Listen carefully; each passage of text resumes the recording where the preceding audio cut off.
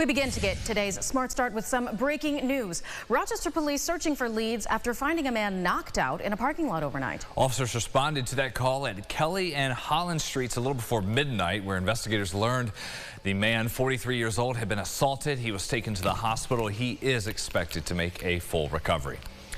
And new this morning, one deputy recovering after fights last night at Ontario Beach Park. The sheriff's office says just before 9, there were reports of disturbances breaking out in the large crowds, and deputies tell us they got involved in what they call an active crime, where the deputy injured his hand while taking the suspect into custody.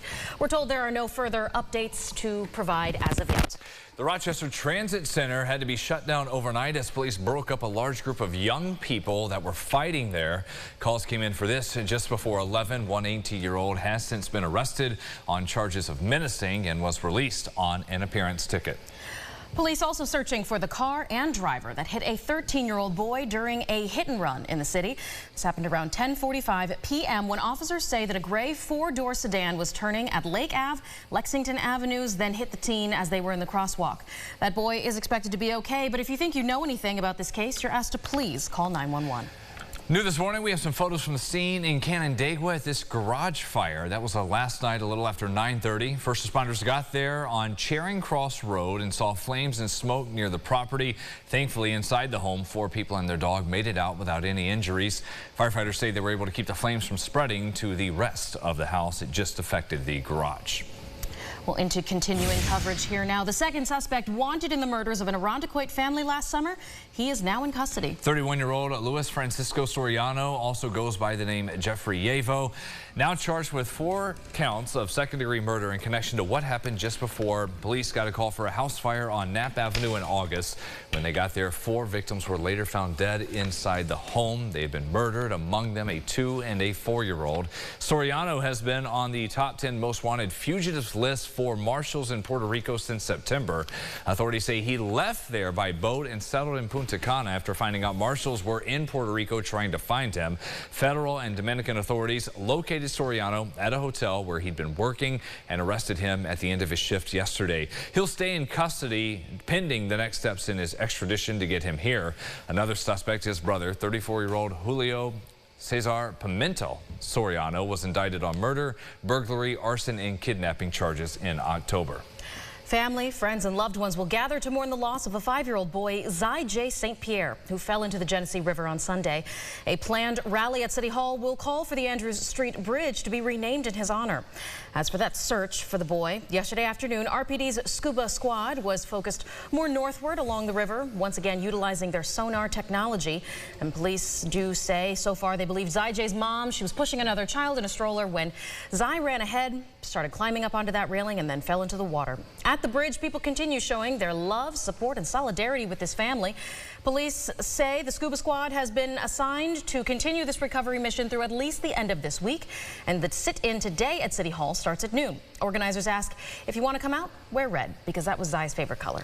Also today is the sentencing coming down for the former police chief in Avon who stole thousands of dollars from local schools. In February, 40-year-old Joseph Gear pled guilty to taking nearly $7 grand during his time as serving as a resource officer at Avon Elementary.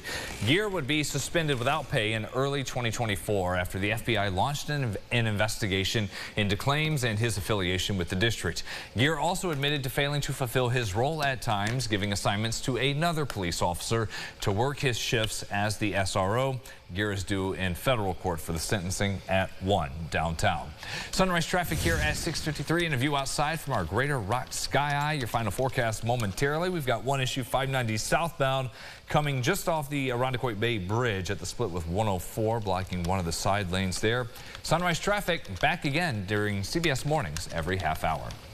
Well, we're looking ahead now to some fun you can enjoy at the 2025 Fairport Canal Days Festival, setting sail this weekend. Got music, arts, vendors, everything, and a chicken barbecue tomorrow afternoon. This morning, here's Ron Spitzer joining us live with a preview. Ron.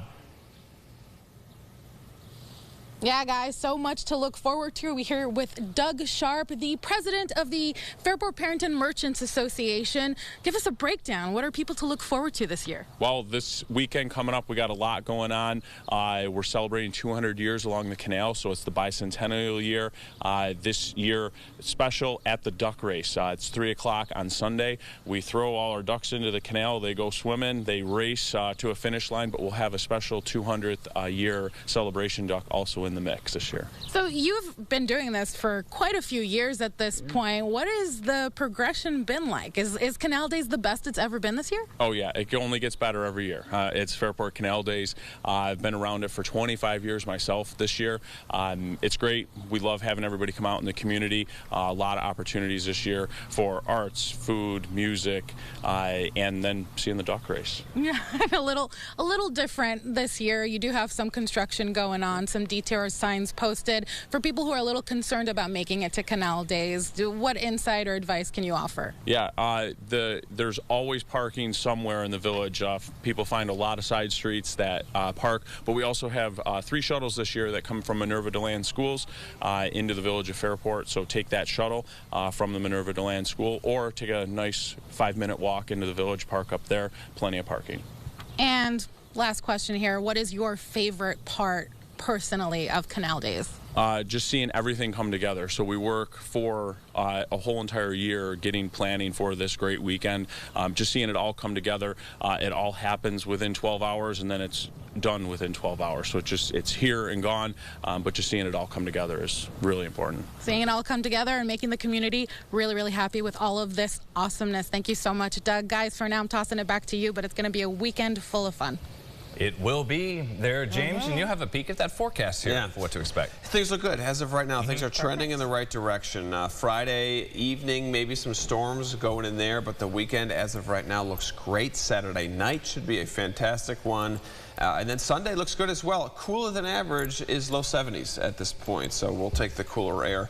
You know, Fairport Canal Days is the time when you might not have seen one since last year's Fairport Canal Days. Yeah. You see the old faces as you're walking around town. Love to be able to walk in the streets, see friends, see family, things like that. So always a good time at these summer events. Yeah.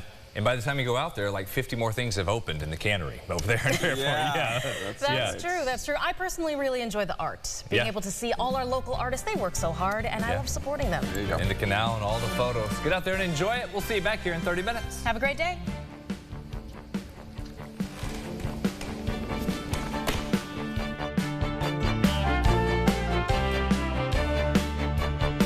Follow News 8 wherever you are on RochesterFirst.com, Facebook, X, and on our app for news and weather.